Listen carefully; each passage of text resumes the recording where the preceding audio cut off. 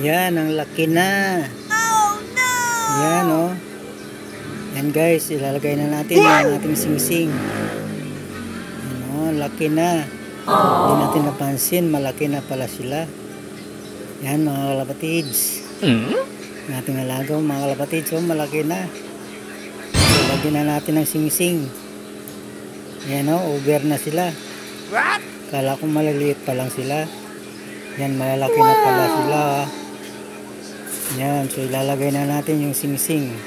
Yes! Yun, kailangan na natin gumamit ng ano nito, pang padulas. Lagyan na natin ng langis ang paa nila. Dahil malaki na, hindi na magkasya. Ayan, nakalimutan natin maglagay na ng singsing. Buti napansin ko agad.